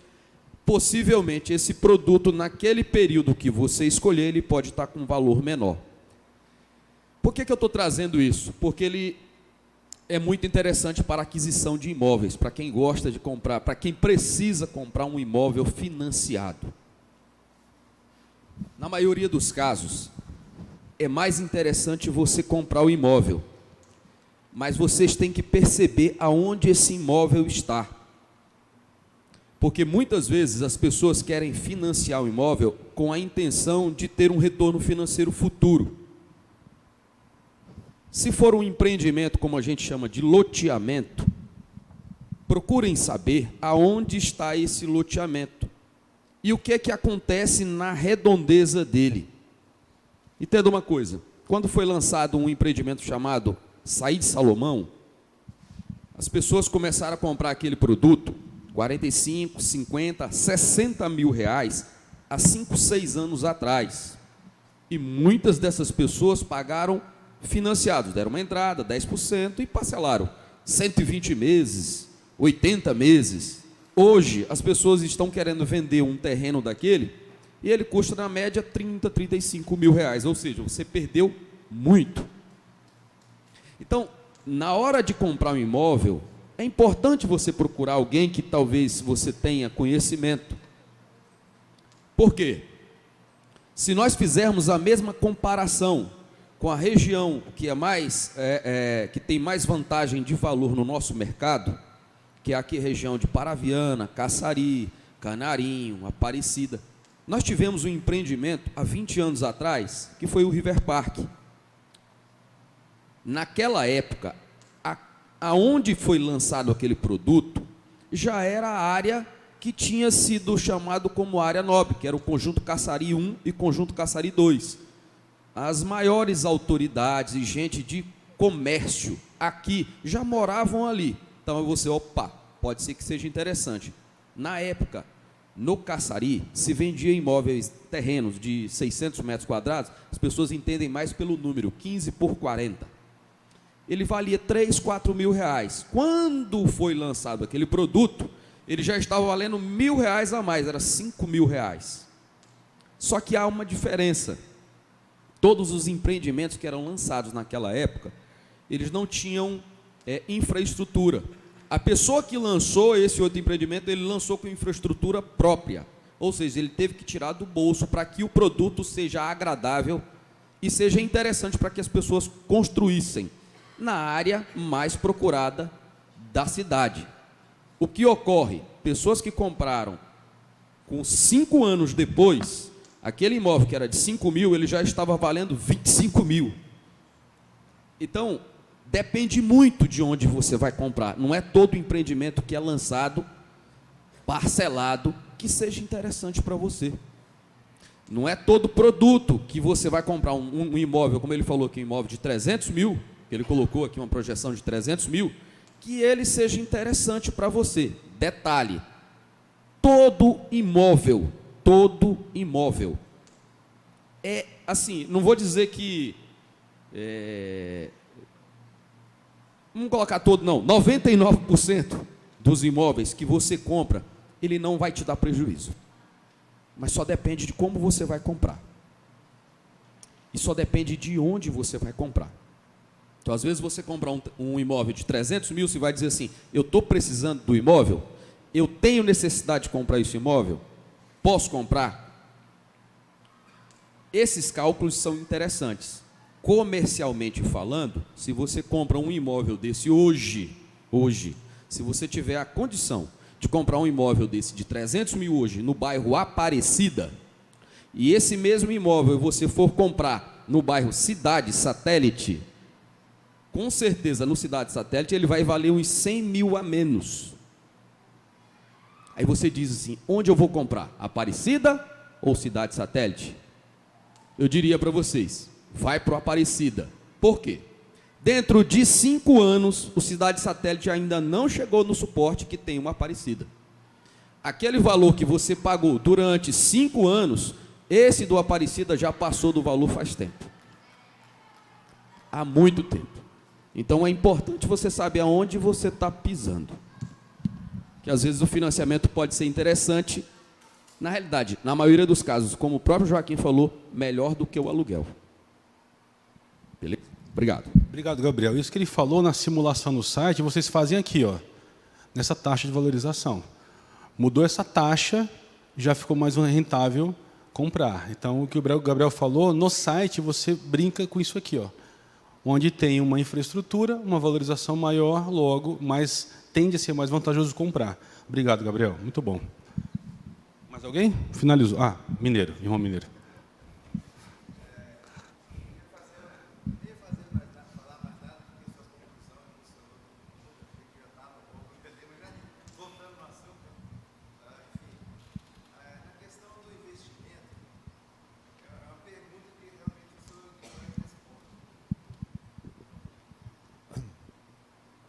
A questão, eu queria fazer uma questão, uma pergunta em relação à ética. Eu sei, por exemplo, um mercado, se eu for investir no mercado financeiro, mercado primário, eu sei que quando eu invisto ali, eu estou fomentando o mercado, indiretamente estou gerando emprego, gerando riqueza para o país. O mercado secundário, ele precisa existir para justamente existir o primário, então também de qualquer forma, eu estou investindo na riqueza do país. Já a questão do governo, questão de tesouro direto, realmente eu não conheço, e eu queria saber se não existe aí uma questão ética, se não feriria a ética a gente investir, uma vez que nosso país tem uma dívida interna enorme, etc. e tal. É mais essa questão que eu queria saber. E também, em contrapartida, se eu tenho um valor para investir, se eu investir no mercado produtivo, ou seja, se eu for construir, ou se eu for montar um comércio, eu vou estar também gerando emprego. Também é uma questão que a gente pode considerar, seria mais ético assim, a gente poder trabalhar, usar o nosso recurso para abençoar pessoas através de geração de emprego. Cenário do Brasil. Não é bom o cenário do Brasil. Basta você acessar o site do Banco Central e pegar lá a última ata do Copom, você vê que os números assustam. E lá tem um relatório, toda reunião que tem do Copom, você pode, depois de 48 horas úteis, está disponível. Quem nunca leu é um pouco complicado, mas dá para você entender algumas questões e realmente, como você falou, o cenário do Brasil não é nada bom. Se nada for feito, humanamente falando, lembrando que Deus é soberano sobre todas essas coisas, mas olhando na ótica econômica, nós estamos rumando para uma venezuelização. Nós estamos rumando para um processo de quebra nacional, e eu não quero assustar os irmãos, mas é algo que, apenas olhando no viés econômico, é um futuro trágico para o Brasil, se o Senhor Deus, na sua soberania, não agir com misericórdia para com a nação. E aí tem duas opções. Nós vamos viver misericórdia a partir dessas próximas eleições, não que nossa confiança esteja em eleições, mas Deus as usa para trazer para uma nação juízo ou misericórdia. Não sei o que o Senhor Deus vai trazer, mas é algo, mineiro, que eu estou atento. Eu tenho minha responsabilidade para com minha família, para comigo, e sem dúvida, eu diria que os irmãos fiquem atentos ao que vai acontecer nessas eleições. Novamente, não que a nossa confiança esteja nisso, mas Deus nos dá sabedoria, nos dá discernimento, nós devemos orar por isso. Eu falei aqui uma história de meu filho mais velho, que ele estudava com uma jovem no ensino médio, uma venezuelana. E ela contou uma história, o testemunho da família dela, que o pai dela, empresário na Venezuela, acho que há uns 20 anos atrás, chegou em casa e falou, olha, na época, acho que uns 15 anos atrás, e falou, olha, nós vamos embora daqui. E a mãe dela ficou alucinada, não concordou com aquilo, falou que era louco, um empresário de sucesso, com patrimônio. Passado mais ou menos um ano e pouquinho, sem ela saber, ele vendeu tudo, comprou algumas coisas aqui no Brasil, em Roraima, em Manaus, investiu, e chegou em casa e falou, olha, está a passagem comprada, estamos indo embora. Lógico que a mulher quase ficou louca, não aconselho ninguém a fazer isso, mas é o que ele fez, e Deus foi misericordioso nessa situação, vejam a misericórdia de Deus. E aqui eles estão, e as pessoas que ficaram na Venezuela, lamentavelmente, depois queriam vender, não conseguiam vender seu patrimônio. Alguns empresários perderam o que tinha para o governo. E, humanamente falando, meus irmãos, nós estamos nesse caminho há 30 anos. O que deve trazer para o nosso coração, primeiro, é o coração contrito diante de Deus, oração, clamando por misericórdia, e sabendo que Deus, seja numa melhora da nação, numa piora, Ele está no controle, Ele é soberano sobre isso. E indo para responder sua pergunta, nós devemos sim, nem ter desespero e nem ficarmos tranquilos, mas entendermos que há uma soberania e há a minha responsabilidade. Como eu me posiciono diante desse cenário? Observar o cenário, ficar atento e, sem dúvida, vindo a um governo aí que tende a aumentar a despesa do Estado, que é o governo de viés esquerdista, marxista, leninista, o Brasil vai quebrar. Vai quebrar no sentido de tudo que vocês viram aqui, isso aqui não vai existir.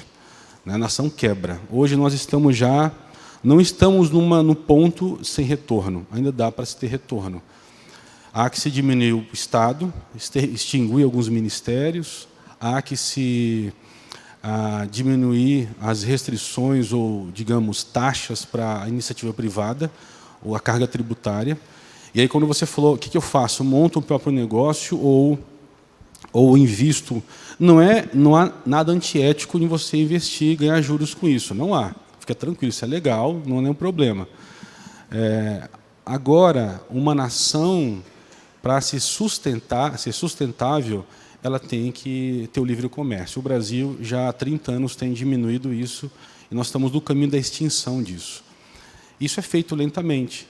Taxas, aumento de imposto, aumento de burocratização. E qual o caminho? Hoje você chega para uma universidade e pergunta para 10 jovens, o que você quer? Qual o teu sonho? Meu irmão, o que ele vai falar ao jovem? Vamos ser sinceros, de cada 10, eu acho que, na melhor das hipóteses, 8 vão dizer o quê? Eu quero passar. Isso é destruição de uma nação. A nação está sendo destruída. Eu quero passar no concurso público, é a resposta. A nação está ruindo. Isso é insustentável. Então, farol vermelho. Eu tenho que ter atenção com isso. Se nada for feito... E eu quero dizer aqui que a consequência disso, ela é uma idolatria.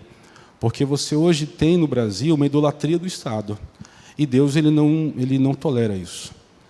Eu tenho temor de Deus estar trazendo juízo para a nossa nação. Eu temo por isso. E eu não sei, né, na sua soberania o que vai acontecer, mas hoje a maior parte da nação brasileira é um povo idólatra, ele ama o Estado. O Estado é que tem que solucionar os seus problemas, o Estado é que vai me salvar. Isso é idolatria. Né? E é lamentável, mas montar um próprio negócio, fazer um business plan, que se fala, um plano de negócio. Você tem várias instituições que te ajudam nisso. Para montar um próprio negócio, você tem que ter muito cuidado em conhecer bem o mercado, fazer pesquisas de mercado, fazer cursos de valor futuro, trazer para valor presente, ver as suas entradas e saídas de capital. Tem instituições que fazem isso muito bem e te ajudam. Mas eu diria que quem quer montar um próprio negócio no Brasil hoje, ele precisa ter, primeiro, muito auxílio, né, muita coragem e ter um trabalho extremamente mais árduo do que em outras nações, como exemplo vou dar os Estados Unidos. Não se compara. O quanto aqui você tem um sócio chamado Estado, que ele te tira mais ou menos 40% do que você ganha e não te dá nada. É isso que você tem no Brasil. Ao passo que em nações como a América, Estados Unidos, você tem um Estado que ele te tira 3, 4, 5% no máximo. Então, há uma diferença grande. Você tem um sócio maldito, desculpe o termo pesado, mas é isso aqui. E nós somos responsáveis como nação, porque temos sido idólatras no sentido como nação. Né? Então, mineiro, poupe, né? Se quiser montar o próprio negócio, poupe não é antiético poupar e investir, nem há nada errado nisso. Se você quiser, até porque esse dinheiro que é poupado, ele vai, por exemplo, uma letra de crédito agrícola, isso vai dar emprego. Quando você poupa no LCA, isso vai ser usado para financiar projetos de agronegócio. Quando você poupa em LCI, recurso vai ser usado para financiar projetos de moradia. E aí vai. Então, nós temos que entender isso. Não é porque eu estou investindo em títulos que eu não estou ajudando a gerar emprego e renda para a nação. Tem isso em mente. Okay? Não sei se eu respondi a tua pergunta. O Tesouro Direto, a dica que eu te dou é acessar esse site aqui. Lá em cima está uma pasta com as apresentações todas. Acesse esse site. Ele é muito bom, muito fácil. Eu também não sabia muita coisa, pessoal, tá? Aprendi nesses estudos para trazer para vocês. E esse site ele é autoexplicativo. Você clica lá, ele te explica o que é cada índice, explica os prós e contras de cada um. Ele vai te explicar quando é vantajoso você aplicar em um, quando é no outro. Então, o que eu te aconselho? Não dá para explicar tudo aqui. Seria, vamos supor, mais umas 3 aulas só para explicar isso. Ele é ético.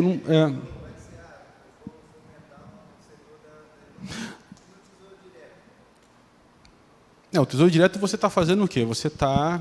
o Brasil, o Estado, em média, cada R$10 impresso, 6 o Estado demanda. Que demanda como? Para poder cobrir sua dívida pública. Idolatria do Estado. Né?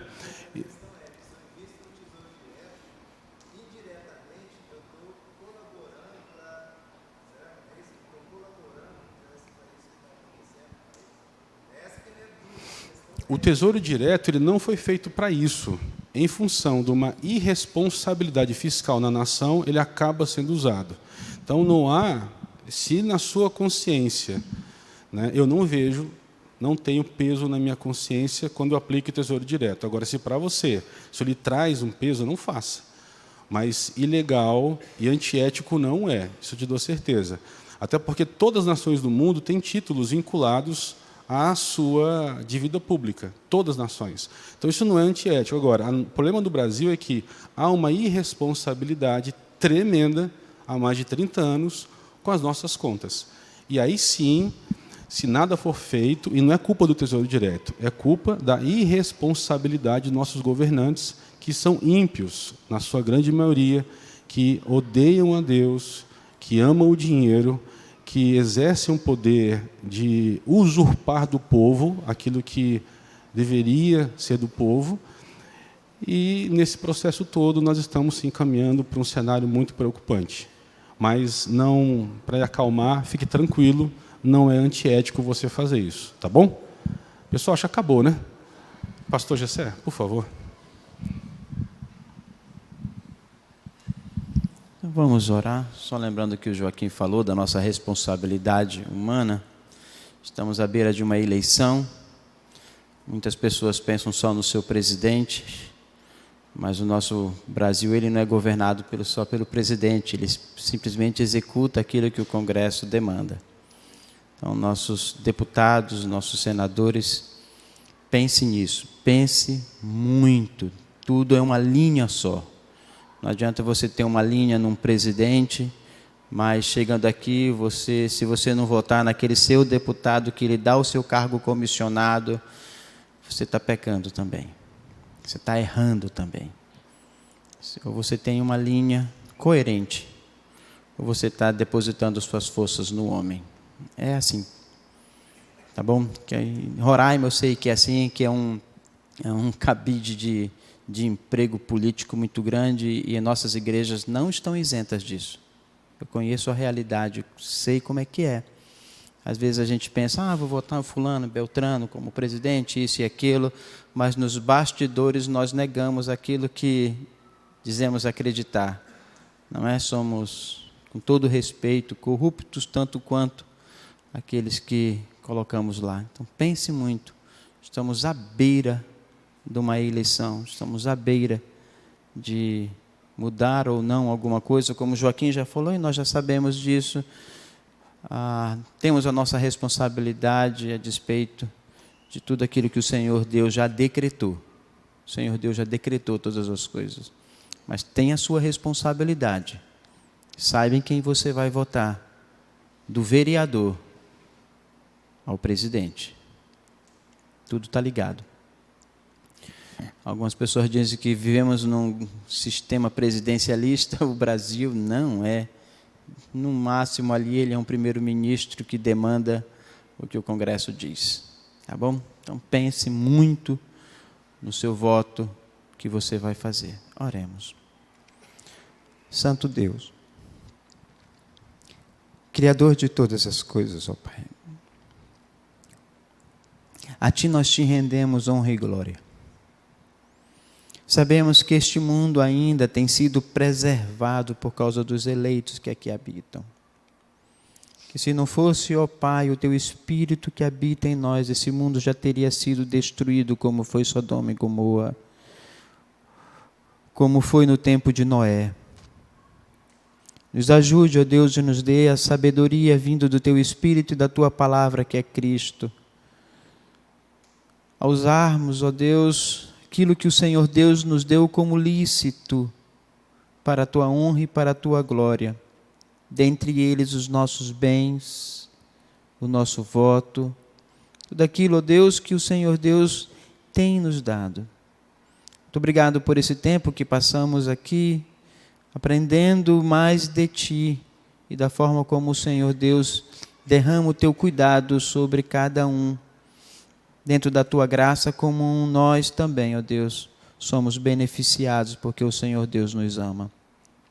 Nós Te louvamos pela vida do Joaquim, pela vida do pastor Alfredo, pela vida do conselho da igreja, que pela Tua graça, ó Pai, concedeu a esta igreja este privilégio de aprender um pouco mais sobre este tema. Nos ajude, nos leve em paz para casa, que tenhamos um dia de descanso, que possamos retornar com alegria em nossos corações hoje à noite para cultuarmos a Ti. Nós oramos, ó Pai, na pessoa do nosso Senhor Jesus Cristo. Amém.